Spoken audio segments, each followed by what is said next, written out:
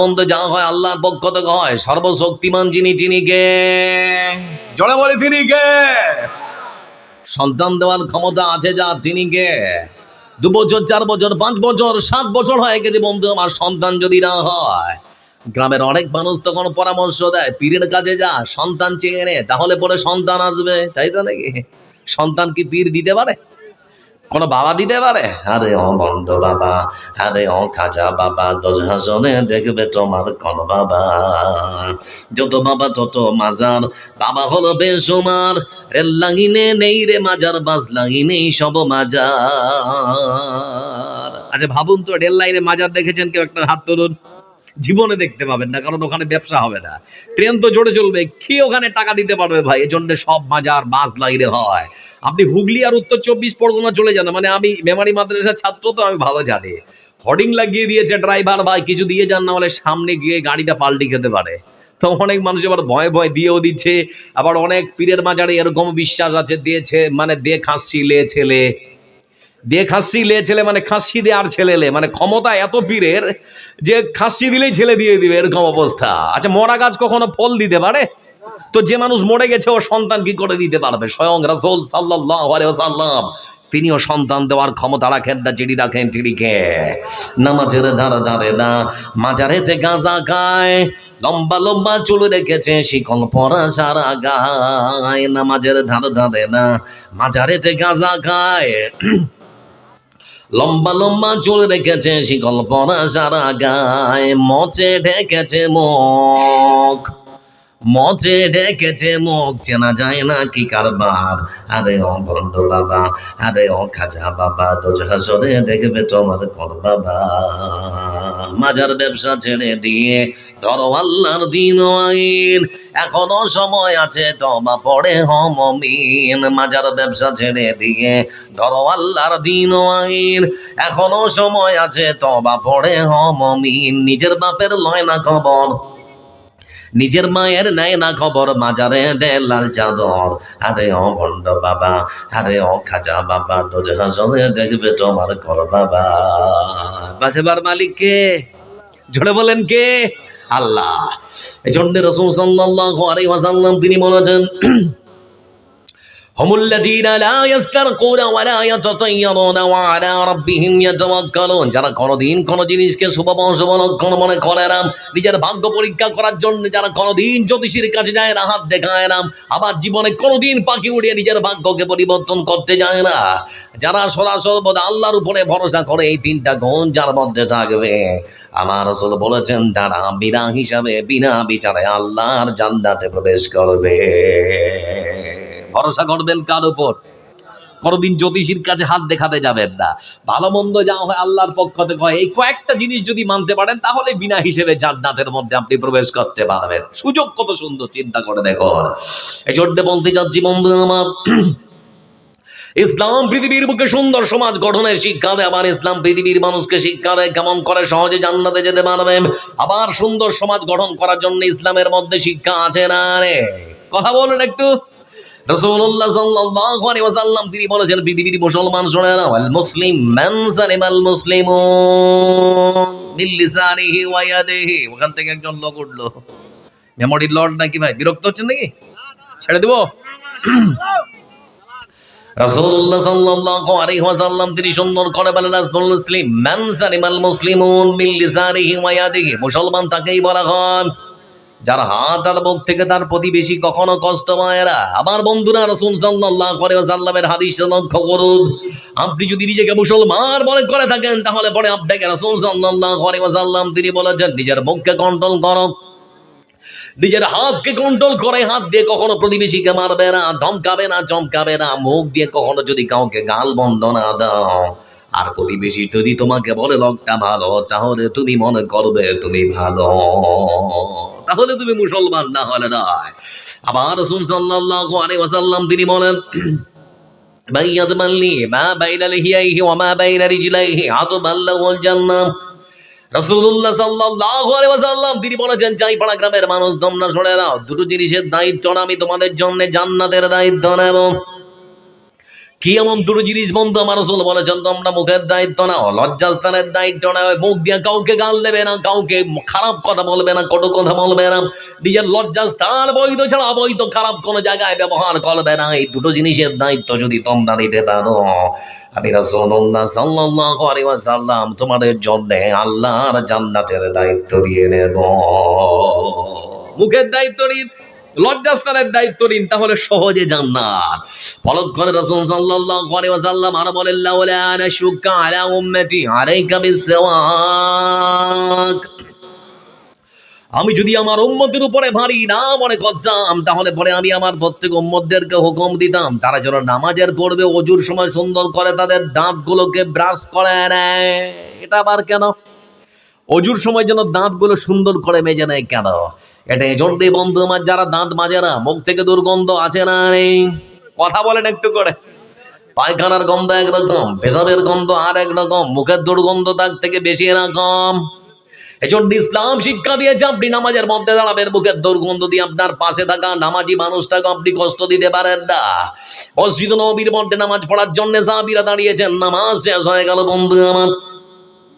সাহাবীদের মধ্যে কেমন কেমন ভাব রাসূল সাল্লাল্লাহু আলাইহি ওয়াসাল্লাম জানতে চাইলেন ব্যাপারকে। একজন সাহাবী তখন বলছেন, হে আল্লাহর রাসূল, আমাদের মধ্য থেকে কেউ একজন মানুষ কাঁচা পেঁয়াজ খেয়ে এসেছে, রসুন খেয়ে এসেছে, সেজন্য তার বুকের মধ্য থেকে দুর্গন্ধ বের হয়েছে। আমাদের নামাজের মধ্যে ডিস্টার্ব হয়ে গেছে, নামাজের খুশু আমাদের একাগ্রতা নষ্ট হয়ে গেছে, নামাজের মধ্যে মনোসংযোগ আমাদের খারাপ হয়ে গেছে। রাসূলুল্লাহ সাল্লাল্লাহু আলাইহি ওয়াসাল্লাম ততক্ষণাৎ তিনি নিষেধাজ্ঞা জারি করলেন, পৃথিবীর মানুষ তোমরা শুনে নাও, সত্যি যদি তোমরা কাঁচা পেঁয়াজ আর রসুন খেয়ে থাকো, তাহলে পরে কখনো যতক্ষণ পর্যন্ত মুখ না সাফ করবে নামাজ পড়ার জন্য মসজিদে আসবে না। এখন প্রশ্ন হচ্ছে আপনাদের সঙ্গে বন্ধু আমার, কাঁচা পেঁয়াজ বৈধ হালাল, কাঁচা রসুন বৈধ হালাল, তারপর রাসূল বলেছেন খাওয়ার পরে যেহেতু মুখ থেকে এক প্রকার দুর্গন্ধ বের হয়, খারাপ গন্ধ বের হয়, সেজন্য রাসূল সাল্লাল্লাহু আলাইহি ওয়াসাল্লাম শিক্ষা দিয়েছেন, খবরদার খেয়ে তোমরা মসজিদের মধ্যে নামাজ পড়ার জন্য আসবে না। আবার আমাদের সমাজে অসংখ্য মানুষ আছে বন্ধু আমার, বিড়ির প্যাকেটটা পকেটে থাকে, খৈনির প্যাকেটটাও পকেটে থাকে, তারপরও নামাজে দাঁড়ায়। এরকম মুসাল্লি আছে না নেই? কথা বলে না, আছে না নেই? আমার বন্ধুরা অনেক মানুষ আছে যারা আবার বিড়ি খায়, লক্ষ্য করে দেখুন তাদেরকে বলে মুখ থেকে দুর্গন্ধ আছে না নেই? সমাজের মানুষ আবার নাম রেখেছে আতর আলী, নাম আতর আলী, কাপড়টা ঝাড়ি মারলেও গন্ধ বের হয়, এত বিড়ি খায়, কি অবস্থা। সকালবেলা চাচাকে লক্ষ্য করে দেখলাম ফজরের নামাজ শেষ করে জঙ্গলের দিকে ছুটেছে, মুখে বিড়ি, হাতে লটা। জিজ্ঞেস করছি কোথায়, তো বলছে ভাতিজা বুঝতে পারছিস না, পায়খানায় যাচ্ছি। আমি তখন বললাম, চাচাজি পায়খানা করবেন, পানির প্রয়োজন পবিত্রতা অর্জন করার জন্য, বিড়ি টানছেন কেন? চাচা তখন আমাকে ডেকে বলে, ভাতিজা রে, বিড়ি যদি না টানি তাহলে পরে নিচে নামবে না। এরকম সমাজে মানুষের বিশ্বাস আছে না যে বিড়ি যদি না খায় তাহলে নিচে নামবে না? কি আশ্চর্য ব্যাপার। আপনাদের কাউকে কষ্ট দিতে আসেনি, একটু খেলে আপনাদের পরামর্শ দিচ্ছি। আপনাদেরকে তো ধমক দেওয়ার মতো আমার বয়সটা হয়নি, আর পারবো না। রাসূলের হাদিসটা বলছি, যদি মনে করেন তাহলে পরিবর্তন হন। ইন্নাল্লাহা লা ইউগাইয়িরু মা বিকওমিন হাত্তা ইউগাইয়িরু মা বিআনফুসিহিম। যে ব্যক্তি নিজেকে পরিবর্তন করার চেষ্টা করে না, আমি আল্লাহ তাকে পরিবর্তন করি না। আমার বন্ধুরা যারা এখানে বসে আছেন, একটুখানি আমি আপনাদেরকে বলতে চাচ্ছি, মা জাকুমুর রাসূলু ফাখুযুহু ওয়া মা নাহাকুম আনহু ফান্তাহু। রাসূল আপনাদের যা দিয়েছেন সেটাই দিতে হবে, বেশিও করা যাবে না, কমও করা যাবে না। এটা গ্লাস, এটা কি কথা বলে, এটা কি গ্লাস। এই গ্লাসে পানি আছে না, দেখতে পাচ্ছেন তো নাকি? এই গ্লাসের পানিটা যদি আমি পান করি তাহলে পরে ডান হাতে না বাম হাতে, দাঁড়িয়ে না বসে, এক শ্বাসে না তিন শ্বাসে, খাওয়ার আগে কি বলতে হয়, খাওয়ার পরে কি বলতে হয়, 5টা সুন্নাত মানতে হয় গো। এখন আপনি বলছেন মৌলানা সাহেব এতগুলো মানা যায়? শুরু করে দিলাম একেবারে দাঁড়িয়ে ঢক ঢক করে। এবার আমার কথা নয়, আপনি মোবাইলটা হাতে নিয়ে গুগলকে বলুন, গুগল বলো তো যারা দাঁড়িয়ে পানি পান করে অনবরত, তাদের কি কোনো ক্ষতি হয়? গুগল আপনাকে বলবে রাসূলের হাদিস যেগুলো এসেছে সেইগুলো, যারা দাঁড়িয়ে অনবরত পানি পান করে তাদের হজমের সমস্যা দেখা দিতে পারে, যারা অনবরত দাঁড়িয়ে পানি পান করে তাদের কিডনি ও চিড়ে বিকল হতে পারে, যারা অনবরত দাঁড়িয়ে পানি পান করে বন্ধু আমার শ্বাস নালীতে পানি আটকে মৃত্যু পর্যন্ত হতে পারে। ভাত আর রুটি মুড়ি যেমন করে চিবিয়ে খান না, পানিটা ওরকম করে খাওয়ার চেষ্টা করেন, এটা আল্লাহর বিশেষ বড় একটা নিয়ামত। কেন বলছি জানেন? ভাত রুটি মুড়ি আপনারা খাচ্ছেন, সেটা আস্তে আস্তে আপনার পাকস্থলিতে যায়, কিন্তু পানি ব্যতিক্রম খাওয়ার সাথে সাথে চলে যায়, যায় না, যায় না? এটা আলাদা জিনিস, এটা আমি বলছি না, গুগল যারা বর্তমান যারা ডাক্তার তারা বলছে। এজন্য দাঁড়িয়ে নয় বসে পানি পান করুন, বাম হাতে নয় ডান হাতে পানি পান করুন, এক শ্বাসে নয় 3 শ্বাসে পানি পান করুন। খাওয়ার আগে বিসমিল্লাহ বলুন, খাওয়ার পরে আলহামদুলিল্লাহ বলুন। আল্লাহর বিশ্বাস আল্লাহর প্রতি এতটা যে আপনাদের কোনোদিন কোনো রোগ ব্যাধি হবে না, বিশেষ করে কিডনি রোগ কখনো হবে না। আজকে আমরা সব ফাস্ট ফুড খেতে মানে অভ্যস্ত। জীবনে আজ থেকে যারা আমার দাদু নানা যারা বসে আছেন, বার্গার শুনেছিলেন? বার্গার কাকে বলে? চাউমিন কাকে বলে শুনেছিলেন দাদারা নানারা? জীবনে শুনেনি। চাউমিন, বার্গার, তারপরে আর কি কি আছে বলে, ওই কি যে এগুলো নাম সব উঠেছে বন্ধু, আমার আল্লাহ ভালো জানে। যত বেশি মানুষ ফাস্ট ফুড খাবে তত বেশি মানুষের অপারেশন করা লাগবে। ভালো করে কথাটা মাথায় ঢুকিয়ে দিন। নিজের লাইফস্টাইল পরিবর্তন করুন, না হলে রোগ ব্যাধি তত বেশি হবে। মানুষের সব থেকে বড় সম্পদ পৃথিবীর বুকে সুস্থ শরীর। সুস্থ শরীর যাচ্ছে, যদি গরিব হয় তার থেকে মহামূল্যবান মানুষ, তার থেকে দামি মানুষ পৃথিবীর বুকে আর কেউ হতে পারে না। আর আপনার কোটিপতি মানুষ আর আপনার সুগার যদি 500 হয়ে যায়, তাহলে পরে জীবনে সুখ আছে? জীবনে সুখ নেই। জন্য লাইফস্টাইলের পরিবর্তন করুন, না হলে পরে সারা জীবন ধরে আপনাকে ভুগতে হবে। বলছিলাম বন্ধু আমার যারা আছে এখানে বসে কোথায় কথা পড়ে, আমরা নামাজ পড়ার জন্য কোথায় যাই? কথা বলে না, কোথায় যায়? আল্লাহর ঘর মসজিদের মধ্যে নামাজ পড়তে গেলাম বন্ধু আমার।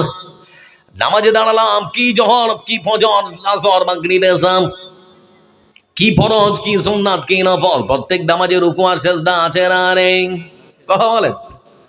কিন্তু এমন একটা নামাজ আছে বন্ধু আমার, যে নামাজে রুকুও চলে না, সিজদাও চলে না। কোন নামাজ? আজ কোনোদিন ভেবেছেন যে প্রত্যেক নামাজে রুকু সিজদা কিন্তু জানাজার নামাজে হয় না কেন? আমরা করি না ঠিক আছে, কিন্তু কোনোদিন কি ভেবেছেন যে এটা হয় না কেন? কারণ আছে না নেই? আমার বন্ধুরা, 5 ওয়াক্তের নামাজে আমরা যে নামাজ পড়ার জন্য মসজিদে যাই, ফজর পড়ি, জোহর পড়ি, আসর পড়ি, মাগরিব পড়ি, এশা পড়ি, ফরজ পড়ি, সুন্নাত পড়ি, নফল পড়ি, কাকে খুশি করার জন্য পড়ি? ব্যতিক্রম বন্ধু আমার শুধুমাত্র যারা যার নামাজ সেটা মধ্য শুধুমাত্র বলা হয় ওই মাইয়েদের রুহের মাগফিরাতের জন্য প্রথম নাম্বার কারণ। আরে মুসলমান, তার সম্মানিত মাথা, মাথার মধ্যে রয়েছে চোখ, যা দিয়ে আমরা দেখি, মাথার মধ্যে রয়েছে কান, যা দিয়ে আমরা শুনি, মাথার মধ্যে রয়েছে ব্রেন, যা দিয়ে আমরা চিন্তা ভাবনা করি। আমার বন্ধুরা, মাথার মধ্যে রয়েছে মুখ, যার মধ্যে আমরা কথা বলি, এত কিছু রয়েছে মাথা। এই সম্মানিত মাথাকে মুসলমান কখনো আল্লাহ ছাড়া কারো কাছে নত করতে পারে না। যেহেতু একটা মরা লাশ সামনে আছে বন্ধু আমার, মরা লাশকে সামনে রেখে মুসলমান কখনো জানাজার নামাজে রুকুও করতে পারে না, সিজদাও চালাতে পারে না। কারণ এটা রাসূল নিষেধ করেছেন। সেজন্য আমার বন্ধুরা, আপনাদেরকে যারা বসে আছেন, পৃথিবীর বুকে একটা জ্যান্ত মানুষকে আমরা রুকু করতে পারলাম না, সিজদা করতে পারলাম না, মাটির ভিতরে ঢুকিয়ে দিয়ে আবার তারপরে রুকু সিজদা আছে না নেই? চলছে নাকি? সবই চলছে। ব্যতিক্রম পরিবর্তন হওয়ার বলছিলাম বন্ধু আপনাদের যে কথা, এই পৃথিবীর বুকে রাসূলুল্লাহ সাল্লাল্লাহু আলাইহি ওয়াসাল্লাম তিনি যেটা দিয়েছেন সেটাই নিতে হবে। বেশিও করা যাবে না, কমও করা যাবে না। যেটাই দিয়েছেন সেটাই চূড়ান্ত সিদ্ধান্ত। আমি আব্দুল জাব্বার, মোজা পড়ে আছে, এই যে দেখেন আমার পায়ে মোজা। যদি আমি মাসা করতে চাই তাহলে মোজার উপরে মাসা করতে হবে না নিচে? উপরে। রাসূল বলেছেন উপরে। আর আপনি যদি নিচে করেন, আপনার ব্রেন খাটিয়ে যে ময়লা যেহেতু পায়ের নিচে লেগেছে, তো নিচে করব, তাহলে রাসূলকে উপেক্ষা করা হবে, অপমান করা হবে, ইসলাম ধর্মকে আপনার লঙ্ঘন করা হবে। যেহেতু রাসূল বলেছেন উপরে, সেটাই চূড়ান্ত সিদ্ধান্ত। এজন্য বন্ধু আমার যারা এখানে বসে আছেন, কথাগুলোকে অন্তত মূল্যায়ন করার চেষ্টা করুন। আপনি মুসলমান, মুখের মধ্যে বিড়ি, এটা রাসূলের আদর্শ কখনো হতে পারে না। পরিবর্তন হন। যারা খাচ্ছেন তারা যদি সম্ভব হয় তাহলে আস্তে আস্তে ছাড়ার চেষ্টা করুন। এই বিড়িখোর গুটখাখোরদের জন্য ট্রেনের কামরা পর্যন্ত নিরাপদ নয়। এত গুটকার পিত পড়ছে আল্লাহ ভালো জানে। খালি বিহারে যান, শুনলাম নাকি নীতিশ কুমার সব বন্ধ করে, যার সব থেকে বেশি গুটকা বিক্রি হচ্ছে বিহারের মাটিতে। আশ্চর্য ব্যাপার, চিন্তা করে দেখুন বন্ধু আমার। আমি আশ্চর্য, ওই ভাত, মুড়ি, রুটি, এই তরি তরকারি কেউ কখনো পায়খানায় বসে খেতে পারে? কথা বলে না, খেতে পারে? কিন্তু বিড়ি অনেক মানুষ যারা খায় তারা পায়খানায় বসে বিড়ি টানে, এরকম মানুষ আছে না? আবার খৈনি খায় যারা, তারা দেখবেন পায়খানা থেকে খালি সবে বেরিয়েছে, হাতটাও ভালো করে মাটি দিয়ে পরিষ্কার করেনি, সাবান দিয়ে কচলায়নি, হয়তো কিছুটা লেগেও আছে, খৈনিটা এখানে দিয়ে একেবারে ডলটে ডলটে ফাঁচাং করে লাগিয়ে দিল। কি যে মজা আল্লাহ ভালো জানে। যারা মা বোন আছেন, আপনাদেরকে বলছি, আপনার স্বামীকে আপনি পারেন পরিবর্তন করতে, আমরা পারবো না। আপনি পারবেন, চেষ্টা করে দেখুন, আপনার পক্ষেই সম্ভব। এত কিছু আদায় করছেন স্বামীর কাছ থেকে, এটাও আদায় করতে পারবেন, আপনারাই পারবেন। একটু লক্ষ্য করে দেখুন, চিন্তা করুন। বলছিলাম বন্ধু আমার, পৃথিবীর বুকে ইসলাম মানুষকে শিক্ষা দিয়েছে সততার, নম্রতার, ভদ্রতার, মানবতার, মানব সেবার। কাউকে কষ্ট দেওয়ার শিক্ষা কখনো ইসলাম দিতে। আবার পৃথিবীর বুকে ইসলাম সব রকম মানুষকে সম্মান আর শ্রদ্ধা করার শিক্ষা দিয়েছে। এই পৃথিবীর বুকে বন্ধু আমার, একটা কালো মানুষ যদি আল্লাহকে ভয় করে, তার সম্মান, তার মর্যাদা আছে না নেই?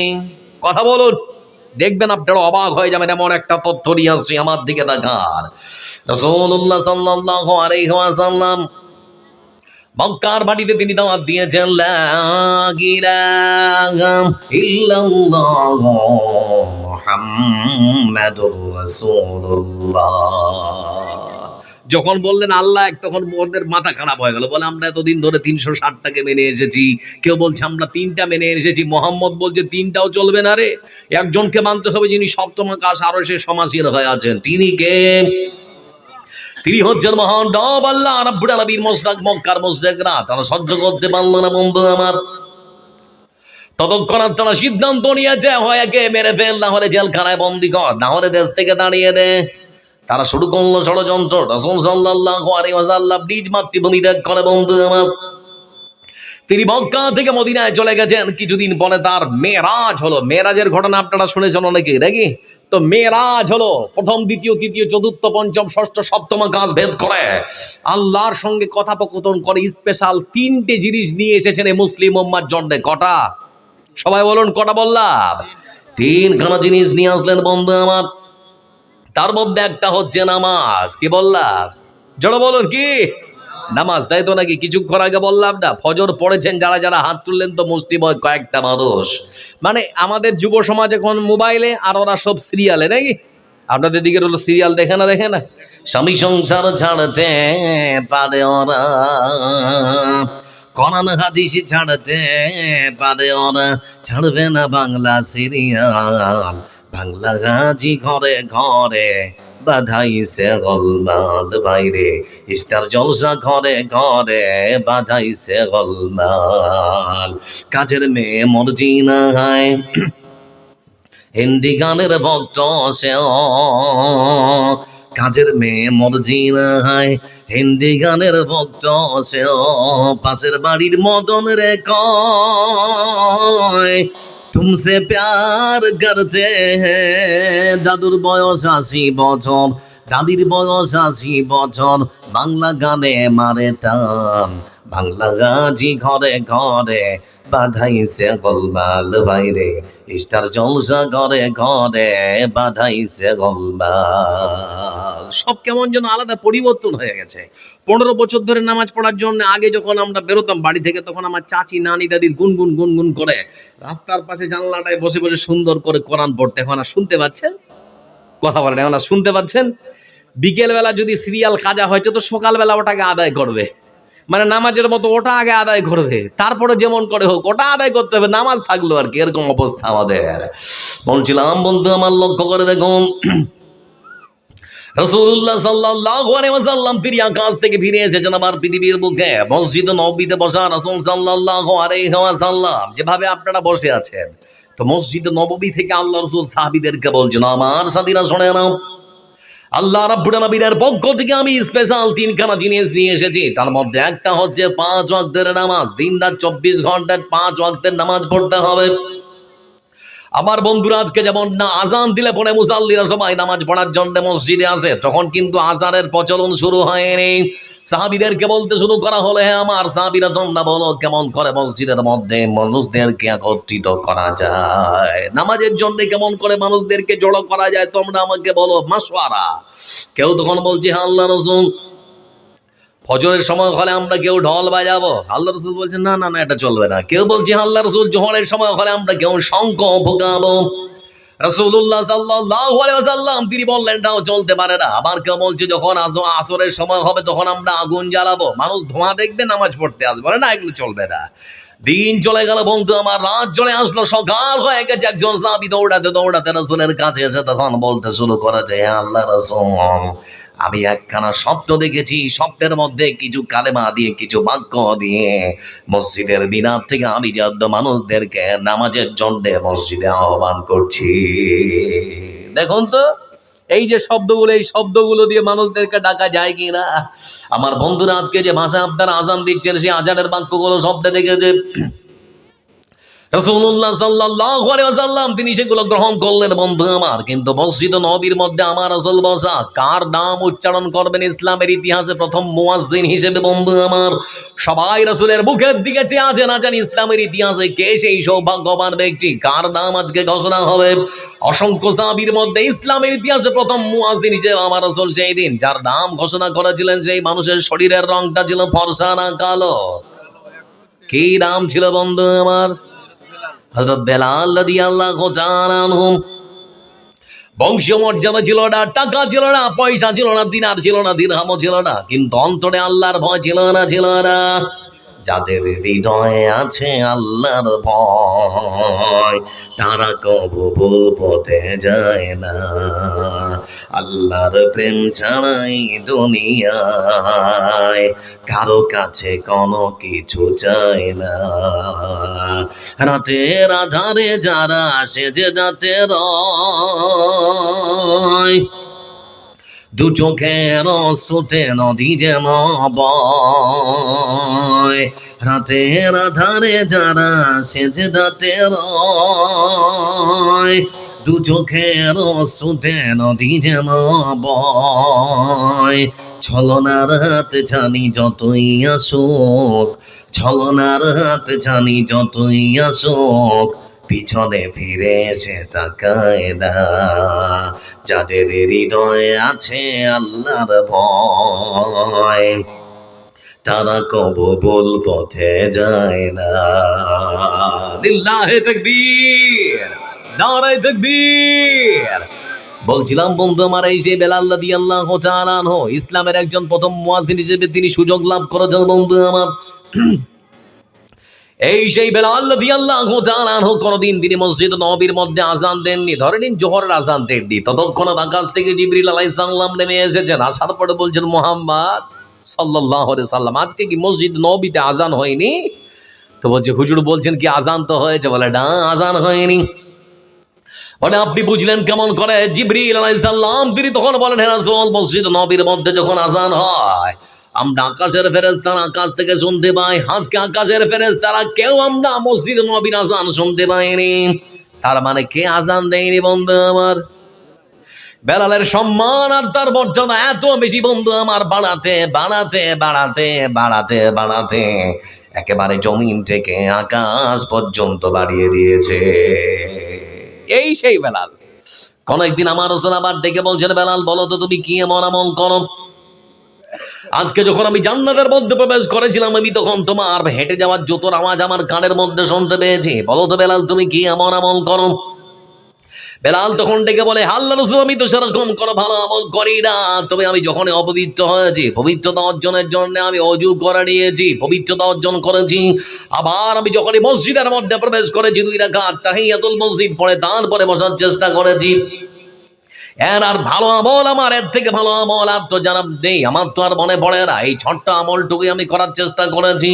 রাসূলুল্লাহ সাল্লাল্লাহু আলাইহি ওয়াসাল্লাম তিনি তখন ডেকে বলেন, বেলাল তোমার কাছে হতে পারে এটা ছোট্ট, হতে পারে এটা সামান্য, কিন্তু মহান সত্য আল্লাহ রাব্বুল আলামিন তোমার এই ছোট্ট আমলখানা এত সুন্দর করে গ্রহণ করেছে, কবুল করেছে, যে জান্নাতের মধ্যে তোমার মতো একখানা কালো মানুষকে আমার আগে আগে হাঁটে হেঁটে যাওয়ার সুযোগ করে দিয়েছে। সুবহানাল্লাহ হবে না? একটা কালো মানুষকে তার সম্মান, তার মর্যাদা ইসলামে কত বেশি জানে। আর কি বুঝলেন বন্ধু আমার? তার মানে আপনার চাইপাড়া গ্রামের একটা কালো চুকচুকা ছেলে, সে যদি ভালো আজান দিতে পারে, মুয়াজ্জিন হতে পারে না? পারে না? নাকে আপনারা ধমকাবেন, যাবে কাইলটা তুই কেন আজান দিবি বে, বলা যাবে? বলতে পারবে না। ইসলাম একটা কালো মানুষকে মূল্যায়ন করেছে। ইসলামের ইতিহাসে দ্বিতীয় মুয়াজ্জিন যাকে বানানো হয়েছে, 2 চোখের অন্ধ দেখতে পান না, আব্দুল্লাহ ইবনে উম্মে মাকতুম রাদিয়াল্লাহু তাআলা আনহু আছেন কোথায়? এ হচ্ছে ইসলামের সৌন্দর্য। ইসলাম সর্বধর্মের মানুষকে তো দূরের কথা, কালো মানুষকে পর্যন্ত, অন্ধ মানুষকে পর্যন্ত মূল্যায়ন করা হচ্ছে। এই হচ্ছে ইসলাম। কি করে ঠেকাবেন ইসলামকে? কত বদনাম করবেন, কত রকম অপপ্রচার করবেন, ঠেকাতে পারবেন না। আমি দেখছিলাম বন্ধু আমার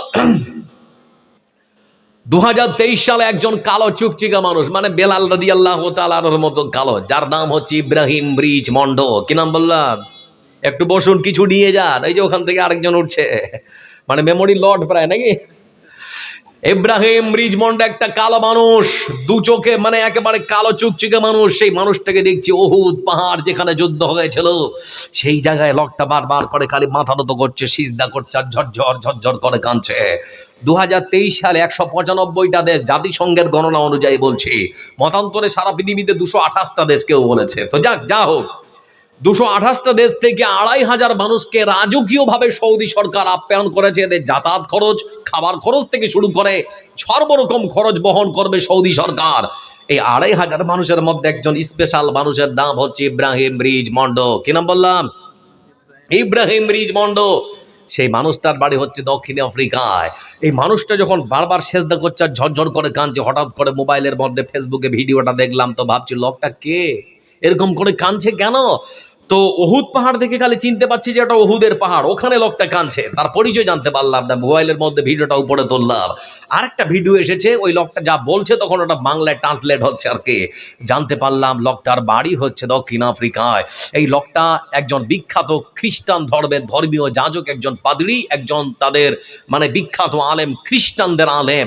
তো তার কান্না দেখে অপার বাংলার একজন বিখ্যাত মানুষ যার নাম হচ্ছে মুফতি সানাউল্লাহ রহমানী, মুফতি সানাউল্লাহ রহমানী তার কান্না দেখে তখন তাকে জাপটে ধরে তখন বলছেন, ও ভাই ইব্রাহিম রিজমন্ড, তোমার নাম নাকি ইব্রাহিম রিজমন্ড? বলে হ্যাঁ। বলে কাঁদছেন কেন?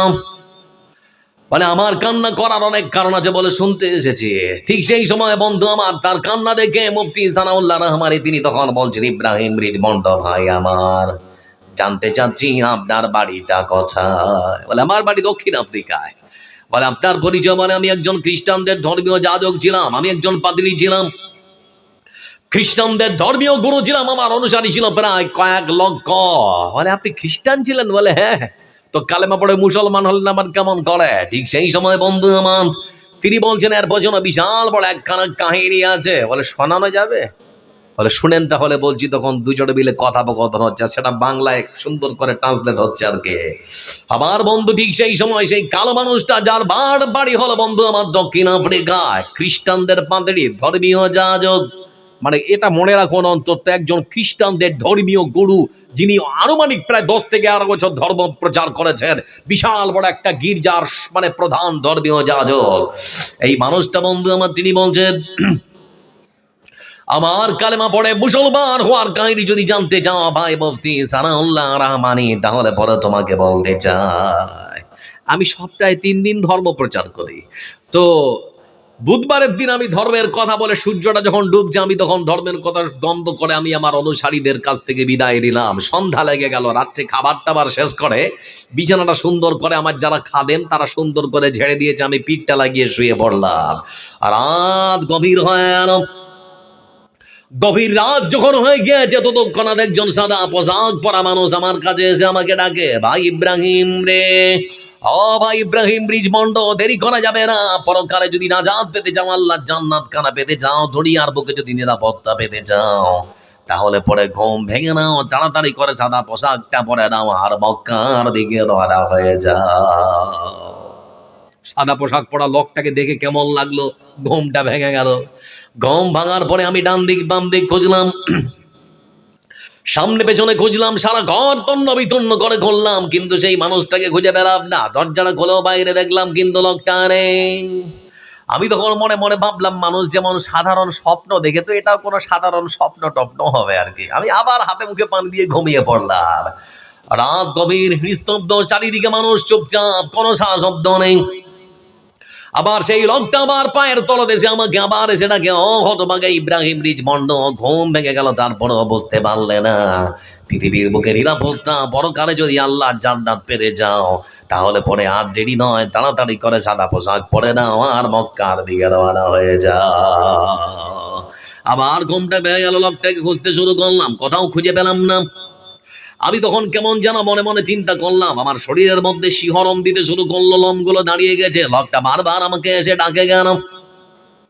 আমি কিছুক্ষণ পর আবার সুন্দর করে বিছানায় যেই তৃতীয়বারের জন্য ঘুমালাম, ঘুম আবার এসেছে। আবার তৃতীয়বারের জন্য লোকটা আবার আমার কাছে এসে আমাকে ডাকে, ইব্রাহিম। হতভাগা রে, বারবার ঘুম ভেঙে যায়, কিন্তু কেন বুঝতে পারো না, পৃথিবীতে নিরাপত্তা পরকালে আল্লাহ জান্নাত পাওয়ার জন্য সাদা পোশাক পরে নিয়ে মক্কার দিকে রওনা হয়ে যাও। এবার আমি বিছানায় সুন্দর করে বসে বললাম, সকাল হয়ে আসছে আর কি। আমি তখন চিন্তা ভাবনা করতে শুরু করলাম, লোকটা আমাকে সাদা পোশাক পরতে বলে কেন, আর মক্কার দিকে যেতে বলছে কেন, কিছুই তো বুঝতে পারি না। গভীর মনোযোগ দিয়ে যখন চিন্তা ভাবনা করতে শুরু করলাম, সার্ভে করতে শুরু করলাম, সাদা পোশাক সব থেকে বেশি কারা ব্যবহার করে, খুঁজতে খুঁজতে খুঁজতে খুঁজতে তখন আমি খুঁজে পেলাম, ঠিকই তো, সারা পৃথিবীর মানুষেরা হজ পালন করার জন্য তারা যখন মক্কার দিকে রওনা হয়, এহরামের কাপড়টা যখন তারা সুন্দর করে শরীরের মধ্যে পেঁচিয়ে নেয়, আপনি যত বড়ই কোটিপতি হন না কেন, আর যত টাকার কাপড় আপনার শরীরের মধ্যে থাকুক না কেন বন্ধু আমার, আপনার কোটি টাকার পোশাকের মূল্য আল্লাহর কাছে আর থাকতে পারে না। সাদা পোশাকটা তখন আপনার শরীরে লাগাতে হয়। আমার বন্ধুরা, সেই দিন সাদা পোশাকের মূল্য আল্লাহর কাছে সব থেকে বেশি হয়ে যায়। আল্লাহর বান্দারা তখন বিনা মুজদালিফার মাঠের বন্ধু আমার, তারা যখন সাফা মারওয়া সাই করে, তারা তখন বলে লাব্বাইক আল্লাহুম্মা লাব্বাইক লা শারীকা লাক লাব্বাইক আল্লাহুম্মা লাব্বাইক। এই মতো করে আল্লাহর কাছে সাক্ষ্য দেয়, বলে আল্লাহ আমি হাজির, আমি তোমার গোলাম, তুমি একক, তোমার কোনো অংশীদার নেই, তোমার কোনো ভাগীদার নেই। আল্লাহ আমি তোমার কাছে হাজিরা দিতে এসেছি। সেই দিন বন্ধু আমার সমস্ত মুসলমানেরা সাদা পোশাক পরে আল্লাহর দিকে রওনা হয়, আল্লাহর সেই ঘর তাওয়াফ করার জন্য তারা ছোট বন্ধু আমার ভাই ইব্রাহিম রিজমন্ড, তিনি তখন মনে মনে চিন্তা করছেন, তাহলে না জানি আমার আল্লাহ আমাকে তাহলে কি পরিবর্তন হওয়ার জন্য আমাকে আদেশ করছেন স্বপ্ন যোগে। আমি বেশ কিছুদিন ধরে আমি তখন চিন্তা ভাবনা করলাম, তাহলে কি পৃথিবীর বুকে নিরাপত্তা পরকালে আল্লাহর জান্নাত পাওয়ার জন্য আমাকে কি কালেমা পড়ে মুসলমান নাকি হতে হবে। তখন সিদ্ধান্ত পরিবর্তন করলাম, যা কালেমা পড়বো। আমার বন্ধুরা, এই সেই ইব্রাহিম রিজমন্ড, তিনি তখন বলতে শুরু করেছেন। পরের দিন বিকেল বেলা আমি তখন আমার আসনে বসলাম, আমার সামনে আরো বাড়ি 10 থেকে 12,000 অনুসারী। আমি তাদেরকে তখন বললাম, আমি তোমাদের ধর্মীয় যাজক, এতদিন ধরে তোমাদের বাইবেলের পাঠ শুনিয়েছি, এতদিন ধরে তোমাকে বাইবেলের ধর্মের প্রচার শুনিয়েছি, আজ থেকে সবকিছু বন্ধ করে দিলাম। আমি আমার নিজেকে পরিবর্তন করার জন্য সিদ্ধান্ত নিয়েছি, দুনিয়ার বুকে নিরাপত্তা পরকালে আল্লাহর জান্নাত কারা পাওয়ার জন্য ধর্ম পরিবর্তন করে কালেমা পড়ে মুসলমান হতে হবে। সেজন্য সিদ্ধান্ত নিয়েছি কালেমা পড়বো। তোমরা তোমাদের মতামত বলো, রায় এবং আমার বন্ধুরা ইউটিউবে যাবেন, সার্চ দেবেন শুধুমাত্র ইব্রাহিম রিজমন্ড বলে, বন্ধু আমার 1000 ভিডিও ইউটিউবে উপস্থিত আছে। লক্ষ্য করে দেখছিলাম সেই দিন তার অনুসারীরা বলতে শুরু করলো, হুজুর এতদিন ধরে আপনি যেটাকে বলেছেন ভালো, আমরা বলেছি ভালো, যেটা বলেছেন খারাপ সেটা মেনে নিয়েছি খারাপ, আবার যেই পথে গিয়েছেন সেই পথে আমরা গিয়েছি। আপনি যদি বলেন এই পৃথিবীর বুকে নিরাপত্তা পরকালে আল্লাহর জান্নাত পাওয়ার জন্য আমাদেরকে কালেমা পড়ে মুসলমান হতে হবে, আপনি যদি কালেমা পড়েন তাহলে পরে আমরা আপনার সঙ্গে কালেমা পড়ে মুসলমান হয়ে যাব। ততক্ষণ দেখতে পেলাম বন্ধু আমার আনুমানিক প্রায় 12,000 অনুসারী ততক্ষণাৎ ইব্রাহিম রিজমন্ডের সঙ্গে কালেমা পড়ে মুসলমান হয়। তারা পড়তে শুরু করে আছে, আশহাদু আল্লা ইলাহা ইল্লাল্লাহ ওয়া আন্না মুহাম্মাদুর রাসূলুল্লাহ। আমার বন্ধুরা, এই মতো করে ইসলাম পৃথিবীর বুকে কালে কালে ছিল, আছে, থাকবে, কেউ কখনো মিটাতে পারবে, কখনো মিটাতে পারবে না। এজন্য আপনাদেরকে বলছিলাম, ইসলাম পৃথিবীর মানুষকে শিক্ষা দেয় সততার, নম্রতার, ভদ্রতার, মানবতার, মানুষের সেবার, কখনো মারপিটের শিক্ষা দেয় না। এক সাহাবী এসে আল্লাহ রাসূলকে বলছেন, আল্লাহ রাসূল আমাকে কিছু শিক্ষা দিন তো যেন সহজে জান্নাতে যেতে পারে। আউসিনি ইয়া রাসূলুল্লাহ, হে আল্লাহ রাসূল আমাকে কিছু শিক্ষা দিন। রাসূল সাল্লাল্লাহু আলাইহি ওয়াসাল্লাম তিনি বললেন, লা তাকযাব। হাদিসটা শুনুন আর মূল্যায়ন করুন। 3টা হাদিস দিয়ে আসছি। লা তাকযাব, আল্লাহ রাসূলকে বলা হচ্ছে আমাকে কিছু শিক্ষা দিন যেন সহজে জান্নাতে যেতে পারি। তো আল্লাহ রাসূল বলেন, লা তাকযাব, রাগ করো না। তো সাহাবীটা কিছু দূরে গিয়ে ধরেন এখান থেকে রোডে চলে গেছে আর কি, ওখান থেকে গিয়ে আবার ফিরে আসছে বন্ধু আমার, ফিরে এসে আবার রাসূলকে ডেকে বলছেন, আউসিনি ইয়া রাসূলুল্লাহ, হে আল্লাহ রাসূল আর কিছু শিক্ষা দিন। তারপরে আবার বলছে লা তাকযাব। লোকটা মাথা চুলকাচ্ছে, বলছে কেমন হলো, বলছি কিছু শিক্ষা দিন যেন সহজে জান্নাতে যেতে পারি। তো বারবার বলছে রাগ করো না, রাগ করো না, রাগ করো না। 3বারে কি প্রশ্ন, কি উত্তর। তার মানে মানুষ যখন ঝগড়াঝাটির আগে রেগে যখন যায়, মানুষ কি বলে কি করে নিজেও বুঝতে পারে, তখন হিতাহিত জ্ঞানটা হারিয়ে যায়। জন্য সমাজ যদি সংশোধন করতে চান, রাসূলের আরেকখানা আদর্শ, আপনি আপনার নিজের রাগকে কন্ট্রোল করুন, ঝগড়াঝাটি বন্ধ হলে সমাজ সুন্দর হবে। আমার বন্ধুর জন্য রাসূল সাল্লাল্লাহু আলাইহি ওয়াসাল্লাম হাদিসের পরিভাষায় তিনি আমার বলেছেন, সাহাবীদেরকে লক্ষ্য করে আমার সাথীরা তোমরা বলো সব থেকে বড় শক্তিশালী কে? আপনাদেরকে যদি বলি সব থেকে বড় শক্তিশালী কে, তা আপনারা বলবেন WWW নাকি? দেখেছেন না? দেখেন এই পেশি শক্তি গো, একজনকে ধরছে আর আচার মেরে ফেলে দিচ্ছে। এত বড় পেশি শক্তি, হ্যাঁ বক্সার আর কি, এত পেশি শক্তিদার। রাসূল সাল্লাল্লাহু আলাইহি ওয়াসাল্লামকে যখন বলা হলো সাহাবীরা তখন বলছেন, হে আল্লাহর রাসূল, আমাদের মধ্যে পেশি শক্তি যার যত বেশি সে হচ্ছে সবথেকে বড় শক্তিশালী। রাসূলুল্লাহ সাল্লাল্লাহু আলাইহি ওয়াসাল্লাম তিনি বললেন, না না না, আল্লাহর রাসূল তাহলে কে সবথেকে বড় শক্তিশালী? বলছে আল্লাহর কাছে সবথেকে বড় শক্তিশালী হচ্ছে সেই আল্লাহর বান্দা যে রাগের সময় নিজের রাগকে কন্ট্রোল করতে পারে, হজম করতে পারে, খেয়ে নিতে পারে, সে হচ্ছে সবথেকে বড় শক্তিশালী। আমার বন্ধুরা, আপনার রাগটা যখন খুবই বেশি, রাগ কন্ট্রোল করবেন কিভাবে? তারও শিক্ষা ইসলামে আছে না নেই? কথা বলেন। আপনার রাগ যখন খুব বেশি বন্ধু আমার, আপনি যদি দাঁড়িয়ে থাকেন তাহলে পরে বিশ্বনবী বলেছেন দাঁড়িয়ে থাকা যাবে না, বসে যান, তাহলে পরে রাগটা কমবে। বসে থেকেও বন্ধু যদি আপনার রাগ না কমে তাহলে পরে মাটিতে শুয়ে যান। আদম সন্তান আপনাকে মাটি থেকে সৃষ্টি করা হয়েছে, মাটিতে শুয়ে গেলে পরে আপনার রাগ আর থাকবে না। রাসূলুল্লাহ সাল্লাল্লাহু আলাইহি ওয়াসাল্লাম পৃথিবীর বুকে সুন্দর সমাজ মানুষকে উপহার দেওয়ার জন্য এইরকম শিক্ষা দিয়েছেন। এবার আমি আপনাদেরকে ছোট্ট একটা কথা বলবো, আপনারা উঠতে শুরু করেছেন একটা দুটাকে, খারাপ লাগছে, একটু বসুন বন্ধু আমার। হযরত আলী রাদিয়াল্লাহু তাআলা আনহু রাসূলের কে হন? হযরত আলী রাদিয়াল্লাহু তাআলা আনহু রাসূলের জামাই। তিনি কোন একদিন বন্ধু আমার কোন একদিন যুদ্ধের ময়দানে অংশগ্রহণ করেছেন, হাতের মধ্যে একখানা তারবারে নিয়ে একজন মুশরিককে তাড়া করেছে, আর কেউ দৌড়চ্ছে, আর হযরত আলী রাদিয়াল্লাহু তাআলা আনহু তিনিও দৌড়চ্ছেন, মানে মুশরিককে এরকম করে কপ দেবেন। তো মুশরিক হোঁচট খেয়ে মুখ থুবড়ে মাটিতে পড়ে গেছে, বুকের উপরে চেপে তখন মানে মারবে আর কি এরকম করে। তো মুশরিক তখন মনে মনে ভাবছে মরেই যখন যাব তো সুন্দর করে একটু অপমান করে মরবো, তো মুখের মধ্যে ছিল থুপ, হযরত আলীর চেহারায় থু করে চালিয়ে দিয়েছে। রাগ কমবে না বাড়বে? কথা বলেন।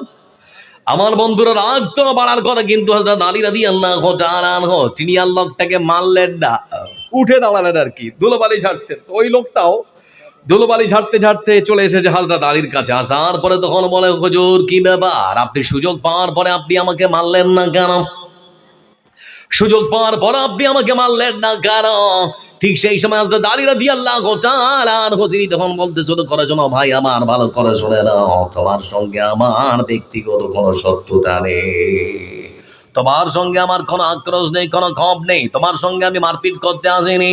আমি যখন যুদ্ধের ময়দানে অংশগ্রহণ করেছিলাম সেটা ছিল আল্লাহর দ্বীনের জন্য, যখন আমি তোমাকে ধাওয়া করেছিলাম সেটাও ছিল আল্লাহর দ্বীনের জন্য, আবার যখন তোমাকে আমি কপাতে চেয়েছিলাম সেটাও ছিল আল্লাহর ভালোবাসার জন্য, আল্লাহর দ্বীনের জন্য। কিন্তু যখন তুমি আমার মুখমণ্ডলে থুতুরিক্ষেপ করেছ আমার মনটা তখন বলল মনে হচ্ছে খেয়ে নেই, শেষ করে দিয়ে এখানে তোমাকে মেরে কুচি কুচি করে দেই। বিবেক তখন আমাকে ডেকে বলল, আলী রে, এখন যদি তুমি তাকে মারো এটা তোমার রাগ ঠান্ডা করার জন্য হবে, আল্লাহর দ্বীনের জন্য হবে না। এজন্য যে কাজ আল্লাহর দ্বীনের জন্য হবে না সেই কাজ তো আমি করতে পারি না। যেহেতু তোমার সঙ্গে আমার ব্যক্তিগত কোনো শত্রুতা নেই, যেহেতু আমার মনের মধ্যে রাগ জন্মেছে ভাই আমার, সেজন্য তোমাকে ছেড়ে দিয়েছি, আমি আর তোমাকে মারতে পারলাম না। এটা হচ্ছে ইসলাম। আপনি অন্যায়ভাবে কাউকে হত্যা করতে পারবেন না, রাগের বশে আপনি কাউকে গাল দিতে পারবেন না।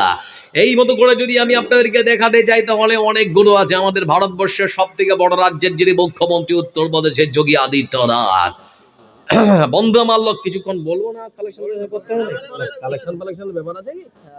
আছে তো ভাই আমার, আপনারা বিরক্ত হচ্ছেন নাকি? বিরক্ত হচ্ছেন না? এই পরিবেশে বসে থাকবেন তো, একটা দুটো করে মানে ওখান থেকে 4-5টা উঠলেন আর কি।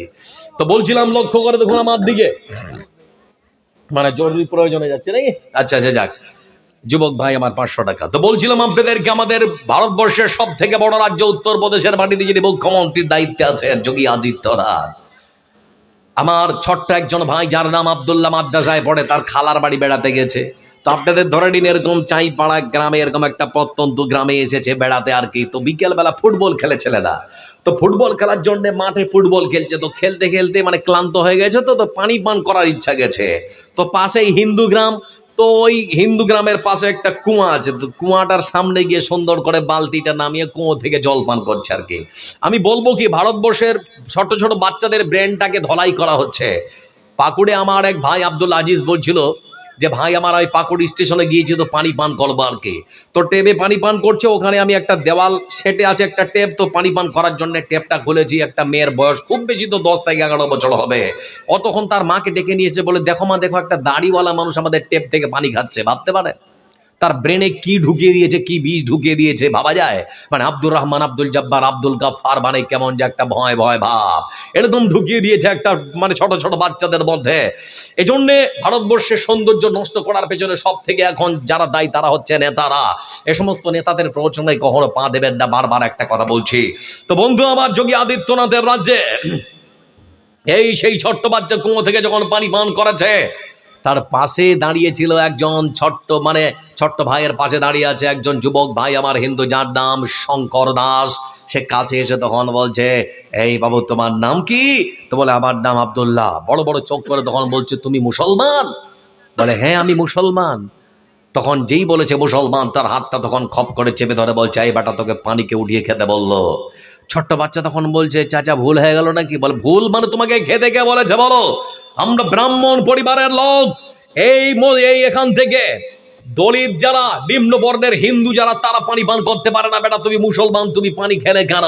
ছোট্ট বাচ্চা আব্দুল্লাহকে তখন লক্ষ্য করে দেখলাম বন্ধু আমার, তার হাতটা ধরে মাটিতে ফেলে দিয়েছে, বেদম প্রহার করতে শুরু করলো, মারতে মারতে মারতে মারতে মারতে মারতে বন্ধু আমার তার শরীরের চামড়া ভেদ করে রক্ত পড়তে শুরু করেছে। ভিডিওটা ক্ষণিকের মধ্যে ফেসবুক আর হোয়াটসঅ্যাপের মধ্যে চলে এসেছে। এ দৃশ্য দেখার পরে আমি তখন মনে মনে ভাবলাম, ও আমার হিন্দু ভাই, যে মানুষ মানুষকে এই বোধ করে মারতে পারে, সে কখনো অমানুষ ছাড়া মানুষ হতে পারে না। আমার ইসলামের শিক্ষা যদি তুমি শুনতে চাও, তাহলে পরে পরে রাসূল সাল্লাল্লাহু আলাইহি ওয়াসাল্লাম তিনি বলেছেন, ইন্না ফিল জান্নাতি লাগুরফা قد يرى ظاهرها من باطنها وباطنها من ظاهرها أعدها الله لمن أطعم الطعام على الكرام وتابع الصيام وصلى بالليل والناس نيام। রাসূলুল্লাহ সাল্লাল্লাহু আলাইহি ওয়াসাল্লাম তিনি সুন্দর করে বলেছেন, পৃথিবীর মানুষ তোমরা শুনে নাও, জান্নাতের মধ্যে একটা সুন্দর ঘর বানানো হবে, যে ঘরের ভেতর থেকে বাইরে দেখা যায়, বাইরের থেকে ভেতরটা দেখা যায়। চকচকে একখানা ঘর নির্মাণ করা হবে। কারা পাবে সেই ঘর? রাসূল সাল্লাল্লাহু আলাইহি ওয়াসাল্লাম তিনি বলেছেন, যারা ক্ষুধার্তকে খেতে দেয় আর পিপাসার্তকে পানি পান করা। ইসলামের শিক্ষা, কেউ ক্ষুধা যদি পায়, ও যদি হিন্দু হয় ওকে খেতে দিন। কেউ যদি পিপাসার জন্য পানি চায় তাহলে পান করার। ও যদি হিন্দু হয়, মুসলিম হয়, তার পরিচয় কখনো জানতে যাওয়ার চেষ্টা করবেন না। এই শিক্ষা দিয়েছে ইসলাম। এজন্যই বন্ধু আমার, ইসলাম পৃথিবীর মানুষকে ক্ষুধার্তকে খাবার দেওয়ার কথা বলে, পিপাসার্তকে পানি পান করার কথা বলে। রাসূলুল্লাহ সাল্লাল্লাহু আলাইহি ওয়াসাল্লাম সুন্দর সমাজ গঠন করার জন্য আরো যে শিক্ষা দিয়েছেন, বিশ্বনবী বসে আছেন মসজিদ নববীর মধ্যে, একজন দেহাতি গ্রামের মানুষকে লক্ষ্য করে দেখা যাচ্ছে মসজিদ নববীর মধ্যে প্রবেশ করার পর বন্ধু আমার দেওয়ালকে লক্ষ্য করে দাঁড়িয়ে পেশাব করতে শুরু করেছে। সাহাবীরা তখন বলছেন, ধর ধর মার মার, ধর ধর মার মার, মানে এরকম একটা পরিবেশ তৈরি হয়ে গেছে। রাসূল সাল্লাল্লাহু আলাইহি ওয়াসাল্লাম তিনি বললেন, সাইলেন্ট, দাঁড়াও দাঁড়াও দাঁড়াও, মারতে ধরতে হবে না, দাঁড়াও, ওকে পেশাব আগে করতে দাও। লোকটার যখন পেশাব করা হয়ে গেছে, পেশাব করার পর তখন আল্লাহ রাসূল ডাকছেন, বলে, এই বাবু একটু কাছে আসা যাবে? তখন এসেছে। আসার পরে রাসূল সাল্লাল্লাহু আলাইহি ওয়াসাল্লাম তিনি তখন ডাকছেন। ডাকার পরে বলতে শুরু করেছেন, ভাই আমার, তুমি কি ধর্ম পালন করো? বলে, হ্যাঁ। বলে, কি ধর্ম? বলে, আমি একজন ইহুদি। বলে, তুমি কি পারবে তোমাদের যেখানে ধর্ম পালন করতে হয় সেখানে তুমি পেশাব করতে পারবে? বলে, হুজুর বলেন কি, সেটা তো ইবাদত করার জায়গা, পেশাব করার জায়গা নয়। রাসূলুল্লাহ সাল্লাল্লাহু আলাইহি ওয়াসাল্লাম তিনি তখন বললেন, ভাই আমার, এটা আল্লাহর ঘর, মসজিদ। এই মসজিদের মধ্যে ইবাদত করতে হয়, এটাও ইবাদত করার জায়গা, পেশাব করার জায়গা নয়, চলে যাও। লোকটা চলে যাচ্ছে।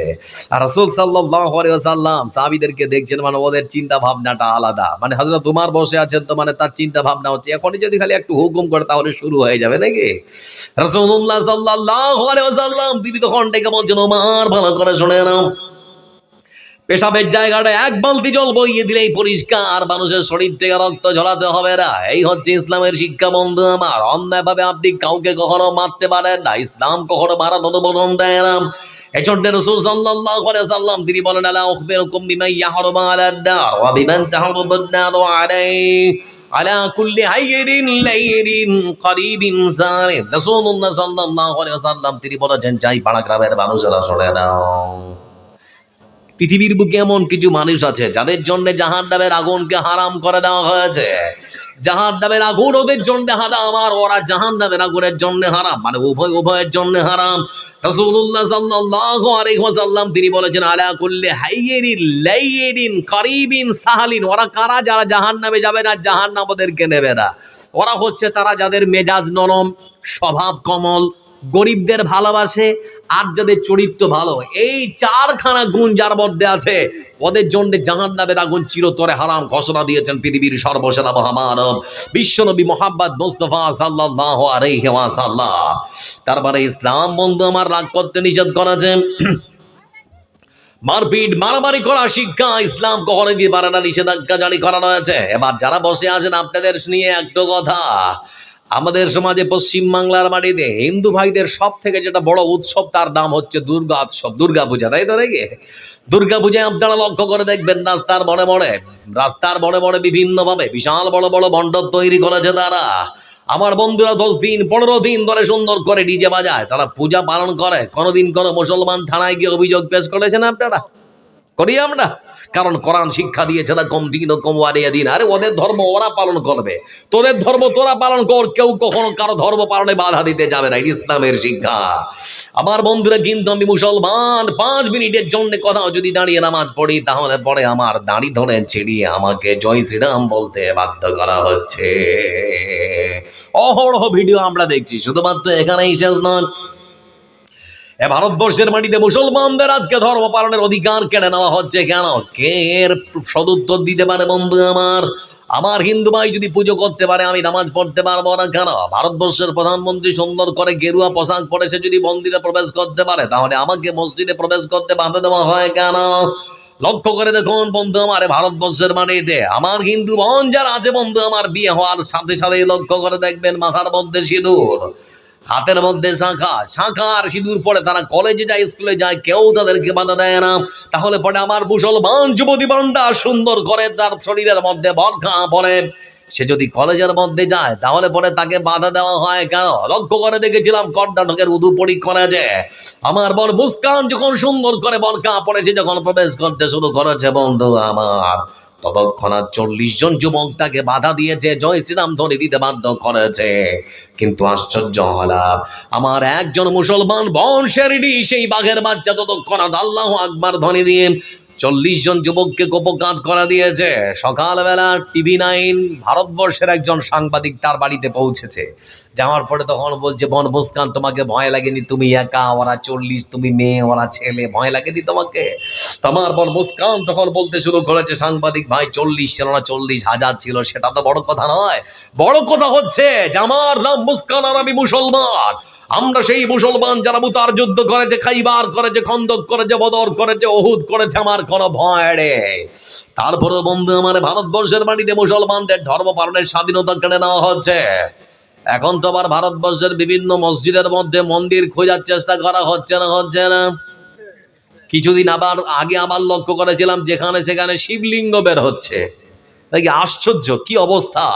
মানে এমন একটা এখন অবস্থা দাঁড়িয়েছে যে কোনো হিন্দু যদি কোনো থানায় গিয়ে যদি অভিযোগ করে যে আপনাদের চাইপাড়া গ্রামের মসজিদের নিচে মন্দির আছে, তাহলে ততক্ষণাৎ রায় দেওয়া হচ্ছে যে মসজিদটা খোদাই করা হোক।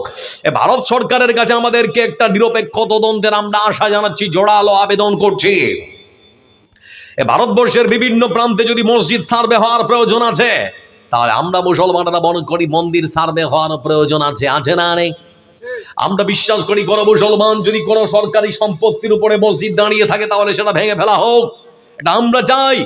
কিন্তু আমাদের একটা আবেদন আছে সরকারের কাছে, ভারতবর্ষের চাটুকার সাংবাদিকদের কাছে বলতে চাচ্ছি, সরকারের চোখে চোখ রেখে জোরালো প্রশ্ন করুন যে শুধু মসজিদ সার্ভে করবেন, মন্দিরগুলো সার্ভে কখন হবে? সরকারি সম্পত্তির উপর যদি মন্দির দাঁড়িয়ে থাকে, তাহলে সেটাও ভেঙে ফেলা হোক। তাহলে তো একই আইন হবে নাকি? ওদের জন্য সেটা, আমাদের জন্যও সেটা। কিন্তু আমার বিশ্বাস, ভারতবর্ষের মাটিতে যতগুলো দেখছেন রাস্তার উপরে দাঁড়িয়ে মন্দির, শতাংশের ডিগ্রিকে 98টা মন্দির সরকারি জায়গায় দাঁড়িয়ে আছে, কিন্তু একটা মন্দিরও কি ভেঙেছে? ভেঙেছে, ভাঙবে না বন্ধু আমার, জর্জার বলুক তার। এই মতো করেই তার ভারতবর্ষের মাটিতে হিন্দু আর মুসলমানের মধ্যে ভ্রাতৃত্বপূর্ণ সম্পর্ক নষ্ট করছে। আমরা মুসলমানরা ভুলে যাইনি 450 বছর ধরে ভারতবর্ষের ঐতিহ্যবাহী মসজিদ, যার নাম হচ্ছে বাবরি মসজিদ, সে বাবরি মসজিদটা পর্যন্ত তারা দখল করেছে। তবে বিশ্বাস করি, সত্যি যদি সে মসজিদ আমাদের হয় থাকে, তাহলে আপনার বাচ্চাটাকে শিক্ষা দিতে হবে ওটা আমাদের ছিল, জোর করে নিয়েছে। ওটা আপনার ছোট্ট বাচ্চাটাকে শিখাতে হবে, ওটা জোর করে নিয়েছে। যদি সত্যি আমাদের হয় থাকে, তাহলে বন্ধু আমার বিশ্বাস এই পৃথিবীর বুকে তারা হয়তো জোর করে আমাদের কাছ থেকে নিতে পারে। তবে আমার বিশ্বাস দিন এমন একটা আসবে, আপনার ছেলে হয়তো উদ্ধার করবে, আপনার ছেলে না পারলে তার ছেলে উদ্ধার করবে, তারও ছেলে যদি না পারে, এই পৃথিবীর বুকে ঈসা আলাইহিস সালাম যখন নেমে আসবেন, তখন কোনো মায়ের বেটা ঠেকাতে পারবে না। মসজিদ যদি সত্যি আমাদের হয় থাকে আর অন্যায় ভাবে যদি তারা নিয়ে থাকে, তাহলে সেদিন ঈসা আলাইহিস সালাম মসজিদ উদ্ধার করবে ইনশাআল্লাহ। জোরে বলে ইনশাআল্লাহ। সেদিনের অপেক্ষায় থাকলাম বন্ধু আমার। ছোট থেকে বড় হলাম, 20 বছর অবধি যাকে মা ডাকছে, আর হঠাৎ করে গ্রামের একটা মানুষ বলছে ওটা তোর মা নয় রে, ওটা তোর খালা। কেমন করে মানা যায়? 450 বছর ধরে যে মসজিদের মধ্যে নামাজ পড়লাম, হঠাৎ করে বলছে না ওটা মসজিদ ছিল না, ওটা রাম মন্দির ছিল। আমার বন্ধুরা, কেমন করে বিশ্বাস করা যায়? এই জন্য আল্লাহর উপরে আমরা ভরসা করে আছে, এখনো পর্যন্ত ধৈর্য ধরেছি। এত বড় মসজিদটা নিয়ে দিয়েছে। যেদিন রায় বের হয় কোন মুসলমান কোন হিন্দুর উপরে আমরা আক্রমণ করিনি। তবে বন্ধু আমার, ভারতবর্ষের বিভিন্ন হিন্দু ভাই কারো কানে যদি যায়, তাহলে আপনাকে বলতে চাচ্ছি কি করে ঠেকাবেন। এই ডিসেম্বর মাসের 6 তারিখে ভারতবর্ষের ঐতিহ্যবাহী এই মসজিদকে ভেঙে চুরমার করা হয়েছিল নরসীমা রায়ের প্রশাসনের পক্ষ থেকে। আমার বন্ধুরা, সেদিন আমরা দেখেছিলাম দু যুবক হিন্দু ভাই আমার, তার মধ্যে একজনের নাম হচ্ছে যোগেন্দ্র পাল, আর একজনের নাম হচ্ছে বলবীর সিং। কিন্তু আশ্চর্যের বিষয় কি জানেন? আল্লাহ কাকে যে হেদায়েত দেবে কেউ বলতে পারবে? এরা বলে না পারবে, কেউ পারবে না। এই দুইজন যুবক হিন্দু, কঠোর হিন্দুত্ববাদে বিশ্বাসী দুজন যুবক ছিল। একজনের নাম যোগেন্দ্র পাল, আর একজনের নাম বলবীর সিং। আমার হিন্দু ভাই বলতে যাচ্ছি, ইতিহাসটা পড়ে দেখো। এই বলবীর সিং পরক্ষণে কালেমা পড়ে মুসলমান হয়েছে। যে এই মসজিদটা ভেঙেছিল 1992 সালের ডিসেম্বরের 6 তারিখে দেখেছিলাম এই দুজন যুবক ছেলে হাতের মধ্যে লোহার হাতুড়ি নিয়ে তারা যখন উপরে উঠলো, উপরে উঠে তখন তারা ঠাস ঠাস করে গম্বুজের মধ্যে মারতে শুরু করলো। গম্বুজের মধ্যে ঠাস ঠাস করে মারতে শুরু করেছে। গম্বুজ ভেঙে চুরমার করা হলো, দেওয়াল ভেঙে কয়েকটা ইট নিয়ে আসা হলো। ভারতবর্ষের মাটিতে লক্ষ্য করে দেখবেন একটা দল আছে যার নাম হচ্ছে শিবসেনা। নাম শুনেছেন না শুনেননি? বাল ঠাকরে। আমার বন্ধুরা, যে যার বাহক এবং ধারক এই বাল ঠাকরের রাজনৈতিক দল, তার সদর দপ্তরে নিয়ে চলে যাওয়া হলো এই দুজন যুবককে, বলবীর সিং আর যোগেন্দ্র পালকে। এত ফুলের মালা দিয়ে তাদেরকে আপ্যায়ন করা হলো বন্ধু আমার। ফুলের মালা গলা থেকে উপচে পড়ছে, সাধুবাদ জানানো হচ্ছে তাদেরকে যে তোমরা খুব ভালো কাজ করেছো। তার মধ্যে বলবীর সিং মনে মনে চিন্তা করলো, এত যখন ভালো কাজ করেছি, তাহলে এই ভালোবাসাটা একটু আমার বাড়ি থেকে আমার বাবা আমার মার কাছে একটু যদি ভাগ করে দেই, তাহলে পরে খুব ভালো হবে। সুন্দর করে তখন তাদেরকে বলা হলো, আমাকে গাড়ির ব্যবস্থা করে দেওয়া হোক, আমি বাড়িতে যাব, আমি আমার ভালোবাসাটা আমার মা আমার বাবার কাছে একটু ভাগ করতে চাই। গাড়ির ব্যবস্থা করা হলো, গাড়ি করে তাকে বাড়ির দরজাটার সামনে নামিয়ে দেওয়া হয়েছে। এই সেই বলবীর সিং বন্ধু আমার, ভারতবর্ষের মুসলমানদের ঐতিহ্যবাহী মসজিদটা ভেঙে চুরমার করার পর, গলার মধ্যে ফুলের মালা নিয়ে বাড়ির দরজার সামনে দাঁড়িয়েছে, মাকে ডাকে, মা দরজা খোলে না। আবার মাকে দ্বিতীয়বার ডাকে, বলে মা, তারপরেও দরজা খোলে না। তৃতীয়বার মাকে ডেকেছে, মা, এবার দরজা খুলে গেছে। তো মা দরজাটা ঠিক সামনাসামনি দাঁড়িয়ে আছে, না এদিকে না ওদিকে। ছেলে বলবীর সিং তখন বলে, মা তাড়াতাড়ি করে আমাকে বাড়ির ভিতরে নিয়ে যা, আমি তোমার বীর সন্তান, খুবই ভালো কাজ করেছি, এত ভালো কাজ করেছি। ভারতবর্ষের হিন্দু যারা তারা আমাকে খুব আদর আপ্যায়ন করেছে। গলার মধ্যে দেখছো ফুলের মালা আমার উপচে পড়ছে। মা তারপরেও দরজার সামনাসামনি জায়গা দাঁড়িয়ে আছে, কোনো দিকে শোনে না। সন্তান তখন বলে, মা কি ব্যাপার, দরজা ছেড়ে দাঁড়াও, কেন দরজার সামনাসামনি দাঁড়িয়েছ? মা তখন ডেকে বলে, বেটা রে, তোর সামনাসামনি দাঁড়িয়েছে জন্যে তোর বাবা নিষেধ করেছে, এই বাড়িতে তুই বলবীর যদি থাকো, তাহলে পরে বাড়ি ছেড়ে আমরা পালাবো, আর আমরা থাকলে তুমি এই বাড়িতে প্রবেশ করতে পারবে না। কারণ তুমি তো জানো তোমার বাবা হিন্দুত্ব পাবে, কট্টর হিন্দুত্ব পাবে, বিশ্বাসী নয়। এ ভারতবর্ষের মাটিতে মুসলমান আর হিন্দু, হিন্দু আর মুসলমানের মধ্যে তোমার বাবা ভ্রাতৃত্বপূর্ণ সম্পর্ক বজায় রেখেছে। তোমার বাবা মুসলমানদের সম্মান আর শ্রদ্ধা করে, মুসলমানদের সঙ্গে বসে একই সঙ্গে চায়ের দোকানে বসে চা খায়, একই সঙ্গে হাটে যায়, বাজারে যায়, একই স্কুলে লেখাপড়া করেছে। তোমার বাবা মুসলমানদের সম্মান আর শ্রদ্ধা করেছে জন্য বলতে চাইছে তোমার বাবা তোমাকে আমাকে বলে পাঠিয়েছে। এই বাড়ির মধ্যে যদি বালবীর থাকে তাহলে পরে তুমি আর আমি থাকবো না, বাড়ি ছেড়ে পালাবো। আর বাড়ির মধ্যে যদি বালবীর আছে তাহলে পরে আমরা থাকবো না। আমরা থাকলে আমার সন্তান বালবীর থাকবে না, আর সে থাকলে আমরা থাকবো না, আমরা ছেড়ে পালাবো। সিদ্ধান্ত তোমাকে দরজাটার সামনে দাঁড়িয়ে নিতে হবে, ভিতরে প্রবেশ করতে পারবে না। বলবীর সিং তখন বলতে শুরু করা যে মা এত সুন্দর ভালো কাজ করলাম, তারপর তোমরা আমাকে সাধুবাদ না জানিয়ে ঘর থেকে দরজা থেকে দাঁড়িয়ে দিচ্ছ কেন? তুমি আমাকে জন্ম দিয়েছো, তুমি আমার মা, আমি তোমার বীর সন্তান। এত ভালো যদি সবাই আমাকে সাধুবাদ জানিয়েছে, সবাই আমাকে সম্মান আর শ্রদ্ধা করেছে, কিন্তু তোমার কাছ থেকে আমি আবার ধমক খাচ্ছি কেন? তুমি আমাকে দাঁড়িয়ে দিচ্ছ কেন? মা তখন বলেছে বেটা তুমি যখন সুন্দর করে হাতুড়িটা নিয়ে তুমি যখন উঠেছিলে মুসলমানদের মসজিদটা ভাঙার জন্যে, হাতুড়িটা যখন ঠাস ঠাস করে মসজিদের মধ্যে বাড়ি মারছিলে আর চিৎকার করছিলে, তখন তোমার বাবা আমাকে ডেকে বলেছিল বালবীরের বাবা, বালবীরের মা দেখো আমরা যে সন্তানকে জন্ম দিয়েছি এই সন্তান আমার সন্তান কখনো হতে পারে না। তোমার ছেলে বালবীর মুসলমানদের মসজিদ ভাঙছে না, মুসলমানদের মসজিদের মধ্যে হাতুড়ি মারছে না, বরং আমার কলিজার মধ্যে হাতুড়ি মারছে। এই সন্তান তোমার দরজাটা সামনে যদি এসে তোমাকে ডাকে, খবরদার দরজা কখনো খুলবে না। আর যদি খুলে দেয় তাহলে তুমি তাকে বলবে এই বাড়িতে তার থাকার জায়গা হবে না। সিদ্ধান্ত তোমাকে নিতে হবে, তুমি থাকবে না আমরা বেরিয়ে যাবো, না আমরা বেরিয়ে যাব না তুমি থাকবে, যেটা হয় সেটা বলো। বালবীর সিং তখন চোখের জল ফেলতে ফেলতে বলতে শুরু করেছে মা এত সুন্দর ভালো কাজ করলাম, তারপরও তোমরা যখন বাড়িতেই থাকতে দেবে না, তাহলে পরে আমার স্ত্রীকে আমার সন্তানকে আমার সঙ্গে পাঠিয়ে দাও, আমি তাদেরকে নিয়ে অন্য কোনো জায়গায় চলে যাব। স্ত্রী কাছে এসে তখন বলে প্রাণের স্বামী যান আমি আপনার সঙ্গে যেতে পারি না। বলে কেন? বলে যে স্বামী মুসলমানদের এত বড় ক্ষতি করতে পারে, মুসলমানদের মসজিদ ভাঙতে পারে, সেই স্বামীর সঙ্গে আমি কখনো ঘর সংসার করতে পারি না, আমিও তোমার সঙ্গে যাব না। নিজের স্ত্রী আপন হলো না, নিজের মা আপন হলো না, যে জন্মদাতা পিতাও আপন হলো না। কেমন যেন বন্ধু আমার এত ভালোবাসার মধ্যে মনের মধ্যে কেমন যেন খাঁ খাঁ করছে, ভালোবাসার যেন অভাব দেখা দিয়েছে। চলে গেল আবার গাড়ি থেকে শিবসেনার সদর দপ্তরে, কিন্তু মনের মধ্যে আর শান্তি নেই, কেমন যেন মনের মধ্যে খাঁকা ভাব শুরু হয়েছে, ভালোবাসার যেন অভাব দেখা দিয়েছে। এই সেই বালবীর সিং তিনি তার জীবনের মধ্যে লিখেছেন আমি তখন কেমন পাগলের মতো ঘুরে বেড়াতে শুরু করলাম, কয়েকটা মাস এই মতো করে আমার কেটে গেলাম। কোনো মুসলমান মহল্লায় যখন ঢুকেছি তখন আমার মনের মধ্যে ভয় হয়েছে, মুসলমানরা তো আমাকে নিশ্চয়ই দেখে তাদের মসজিদ ভাঙতে, আমি যদি তাদের মহল্লায় ঢুকে না জানি আমার মাথায় কেউ এসে বাড়ি মারতে পারে, কিন্তু আমার চিন্তা ভাবনা বল কোন মুসলমান আমাকে মারলো না, ধমকালো না, চমকালো না, কেউ গাল বন্ধ করলো না, কোন মুসলমান আমাকে কটু কথা বললো না। কয়েকটা মাস কেটে যাওয়ার পর আমি আবার আমার বাড়ির দরজাটার সামনে এসে মাকে ডাকলাম মা। দরজাটা যেই খুলে গিয়েছে বন্ধু আমার, ততক্ষণ আমি আমার মাকে জড়িয়ে ধরলাম, কাঁদতে শুরু করলাম, মাও আমার কান্না দেখে কাঁদতে শুরু করেছে। মাকে তখন বললাম মা কান্না করছো কেন, ব্যাপারটা কি?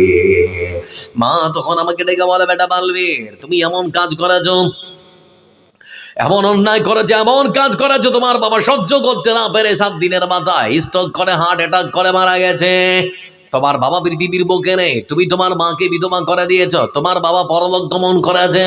আমার বন্ধুরা বালবীর সিং তিনি তখন জর্জর করে কাঁদতে শুরু করলেন, মাকে জড়িয়ে ধরে তখন বলছেন মা তোমার সন্তান বালবীর এখন নিজের ভুল বুঝতে পেরেছে, জন্য তোমার সঙ্গে প্রতিজ্ঞা করছে, মা তোমার সঙ্গে অঙ্গীকার করছি যে মুসলমানদের একটা মসজিদ ভেঙে মুসলমানদের মনের মধ্যে কষ্ট দিয়েছি, সেই মুসলমানদের 100টা মসজিদ পৃথিবীর বুকে আমি তৈরি করার ঘোষণা দিচ্ছি তোমার সামনে।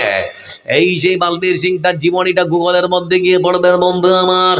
জীবনের শেষ মুহূর্ত পর্যন্ত তিনি 90টার কাছাকাছি মুসলমানদের মসজিদ তৈরি করেছেন, অনেক মসজিদের রং চটে গেছে, রং করে দিয়েছেন, যেখানে মসজিদ ছিল না সেখানে আবার সুন্দর করে মসজিদ নির্মাণ করে দিয়েছে।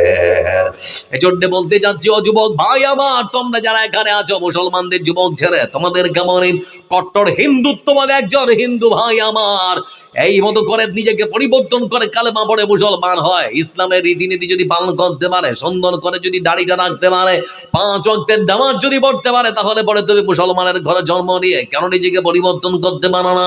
তোমার মতো যুবক ভাই তোমাদেরকে বলতে চাই, কোরআনের কাছে আত্মসমর্পণ করো, কোরআনটাকে বুকের সঙ্গে আঁকলে নাও। কোরআনের আইন তোমার ব্যক্তি জীবন, পারিবারিক জীবন, সাংসারিক জীবনে যদি বেড়ে নাও, তাহলে পরে তোমারও সম্মান, তোমারও মর্যাদা আল্লাহ রাব্বুল আলামিন বাড়াতে পারে না। কথা বলেন।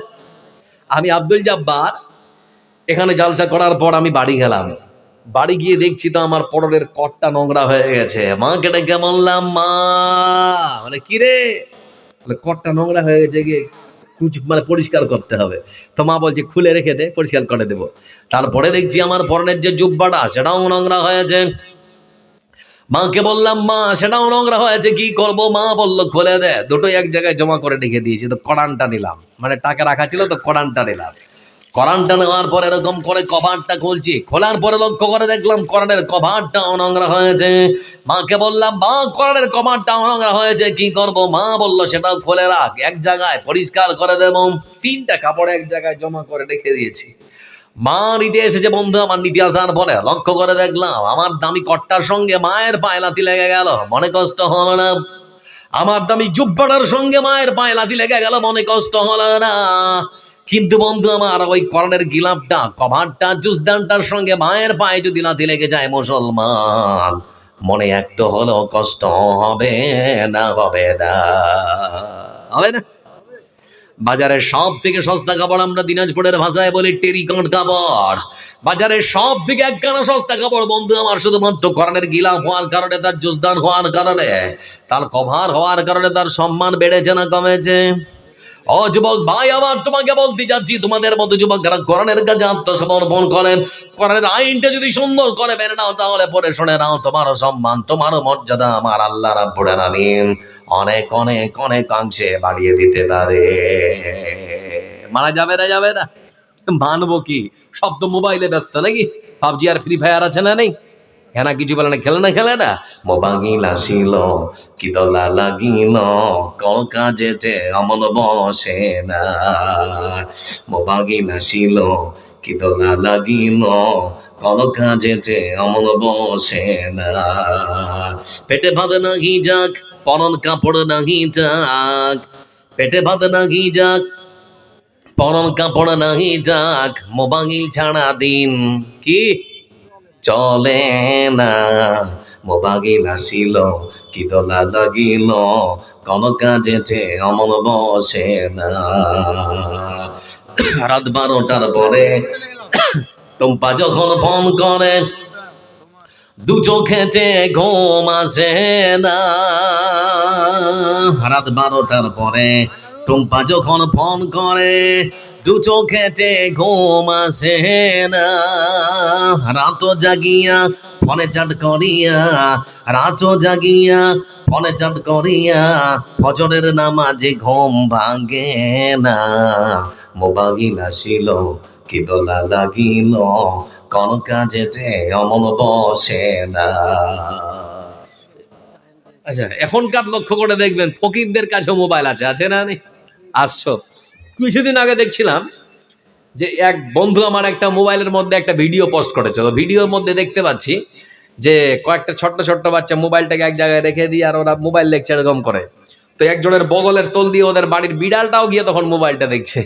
তা আমি তখন মনে মধ্যে ভাবছি যে ছোট্ট বাচ্চা কিছু না হলেও বুঝতে পারছে, তো বিড়ালটা বের কি বুঝছে রে ভাই? আশ্চর্য ব্যাপার, কি অবস্থা। মানে বাংলা একটা প্রবাদ বাক্য আছে, সঙ্গ দোষে লোহা ভাসে, সঙ্গ দোষে লোহা ভাসে। জর্দে রাসূল সাল্লাল্লাহু আলাইহি সাল্লামের হাদিস, বন্ধুত্ব যদি করতে হয় ভালোর সঙ্গে বন্ধুত্ব করো, খারাপের সঙ্গে না। ভালো মানে আতরওয়ালার সঙ্গে বন্ধুত্ব করা বলতে হচ্ছে।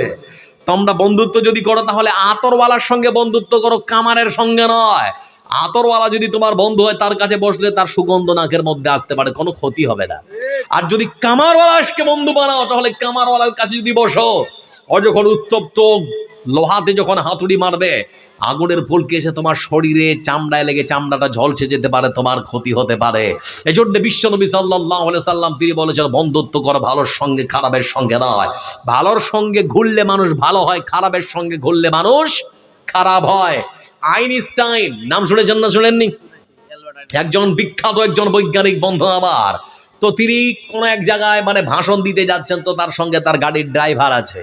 তো ড্রাইভারের সঙ্গে তিনি যাচ্ছেন, তো ড্রাইভার বলছেন যে স্যার আপনি যে ভাষণগুলো দিচ্ছেন না, তো আপনার এই ভাষণগুলো আমার একেবারে ঠটস্থ মুখস্থ কণ্ঠস্থ। বলে সত্যি নাকি রে? বলে হ্যাঁ, এখন তো ক্যামেরার যুগ, আর আমরা অনেকেই সবাইকে চিনতে পেরে যাই, তখন ক্যামেরা অতটা আসেনি। তো বলছে আজকে একটা কাজ করবো। বলে কি?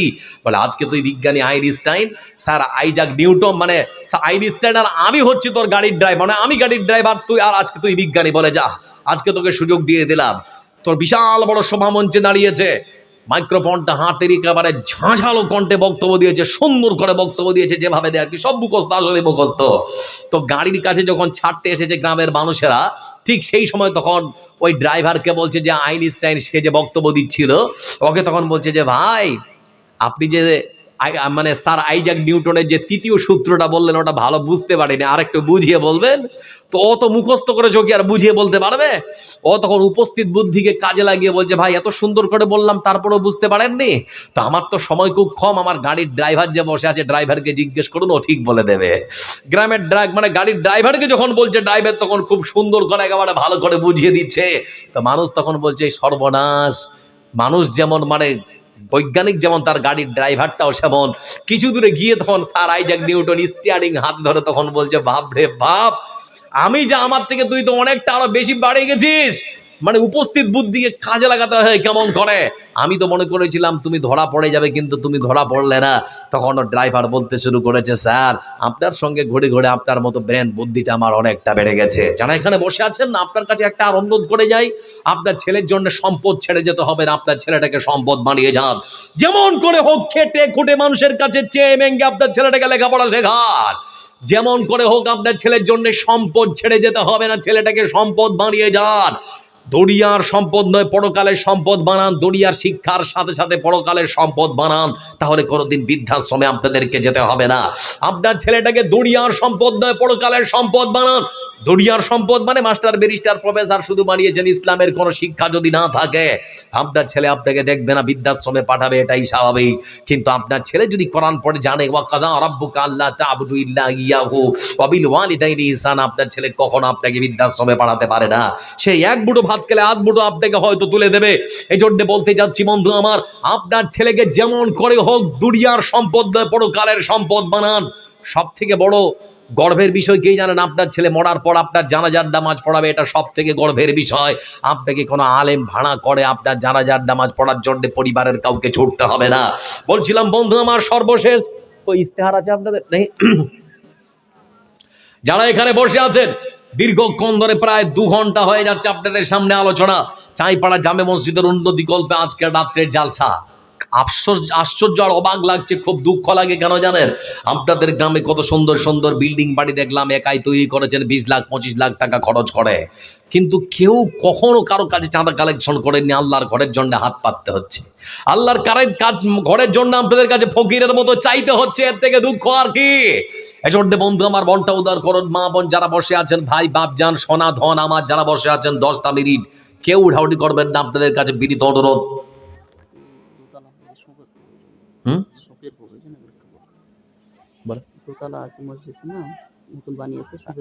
আচ্ছা আচ্ছা আচ্ছা, ঠিক আছে। তো বন্ধু আমার যারা এখানে বসে আছেন, আপনাদের কাছে বিনীত অনুরোধ করছি, সারা জীবন ধরে রোদ বৃষ্টি ঝড়ে এত টাকা করছেন কামাই, কি করে নিয়ে যাবেন এত টাকা কবরে? কাফনের তো পকেট নেই, হাত তো বাঁধা। লক্ষ্য করে দেখুন, আপনি আপনার বাড়িটাকে সুন্দর করে সাজিয়েছেন, বুকে হাতটা রেখে যদি প্রশ্ন করেন মনকে, কবরটা কি সাজানো হয়েছে? মন উত্তর দিবে না, এখনো সাজানো হয়নি।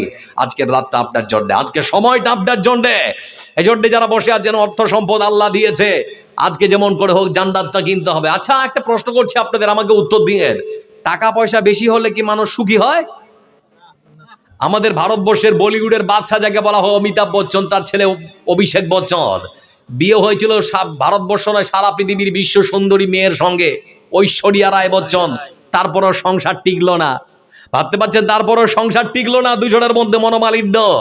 এজন্য যারা বসে আছেন এখানে, টাকা পয়সা বেশি হলে কখনো সংসার সুখের হয় এটা কখনো ভাববেন না, চিন্তা ভাবনা বদনার। একটা রিক্সাওয়ালা 300 টাকা ইনকাম করে, 100 টাকা মিষ্টির দোকানে ঢুকে ঘাপা ঘাপ 20 টাকা মানে খেয়ে বেরিয়ে আসছে। আর একটা কোটিপতি মানুষ চেয়ারে বসে ফেল ফেল করে বড় বড় চোখ করে তাকাচ্ছে, খেতে পারছে না মিষ্টি, সুগার 450। বুঝতে পারছেন না? তার মানে আল্লাহ আপনাকে সুস্থ শরীর দিয়েছে, এটা সব থেকে বড় নেয়ামত। মাথার একটা নাট ঢিল করে দিলে সারা জীবন পাগলের মতো ছুটে বেড়াবেন, কেউ আপনার কথা আর মূল্যায়ন করবেন না। 1.5 ফুট বক্তাকে চিনেন? মনিরুদ্দিন। মনিরুদ্দিন ভাই আমার, তিনি বলতেন আব্দুল জব্বার এপার বাংলায় 25, বর্ডার পার করলে পার নাইট 2 ঘন্টায় 50, মাসে কত, বছরে কত চিন্তা করতে পারেন।